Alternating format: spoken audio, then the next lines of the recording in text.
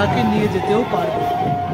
এদিকে অন্তর্যামী অশ্বিনী গোসাই অন্তরের খবর জেনে তার স্ত্রী মালঞ্চকে বলছে, আমার 3 জন ভাই আসছে, আমাদের ভাইদের জন্য বসার বিছানা করো। স্ত্রী বলছে, কই, কোথায় আসছে?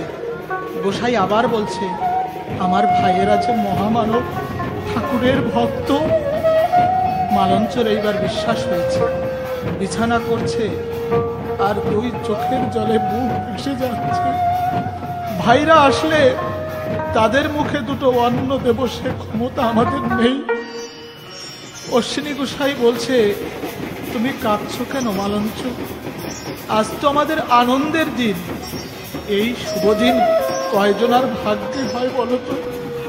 মালঞ্চ বলছে, ভাইরা আসলে তাদের যে 2 খেতে দেব সে মতো অবস্থা তো আমাদের নেই, এজন্য তুমি কাঁদছো। আমার দয়াল হরিচাঁদ এক ব্যবস্থা করে দেবেই, তুমি কেঁদো না মালঞ্চ। এই বলতেই 3 মহামানব হরিবোল হরিবোল বলতে বলতে অশ্বিনী গোসাইয়ের বাড়িতে উপস্থিত হয়েছে। গোপাল সাধু বলছে, কেমন আছো দাদা? অশ্বিনী গোসাই বলছে, তোদের মতো ভাই যার থাকে সে কি খারাপ থাকতে পারে ভাই? দয়াল হরিচাঁদ আমাকে যেভাবে রাখে আমি সুখেই থাকি। ভাই তোরা একটু বিশ্রাম কর, আমি একটু ঘুরে আসি। এই কথা বলে ধামা মাথায় নিয়ে গ্রামে ভিক্ষার জন্য বের হলেন। প্রত্যেকের দ্বারে দ্বারে গিয়ে বলছে, ও মা, আমাকে 2 ভিক্ষা দেবে মা, আমি বড় অসহায়।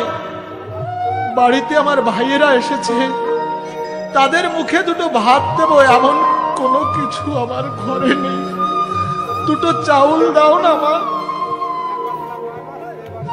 এক মহিলার শাশুড়ি বেরিয়ে এসে এমন এক ধমক দিল, ভিক্ষা থাক, দৌড়ে পালাতে হয়। কোথাও ভিক্ষা না পেয়ে চোখের জলে বুক ভাসিয়ে হরিচাঁদ গুরুচাঁদ বলে হাই ছাড়ছে, আমার ভাইদের যদি সেবা করাতে না পারি এ জীবন রেখে কি লাভ? হে অন্তর্যামী, সবই তো তুমি জানো ঠাকুর, ভাইদের দেখো, তাদের এক উপায় করে দিও। হরিচাঁদ গুরুচাঁদ বলে ভূমিতে পড়ে জ্ঞান শূন্য হয়ে পড়েছেন। ভক্তের অধীন হরিচাঁদ ভক্তের দুঃখ দেখে সে কি আর রইতে পারে?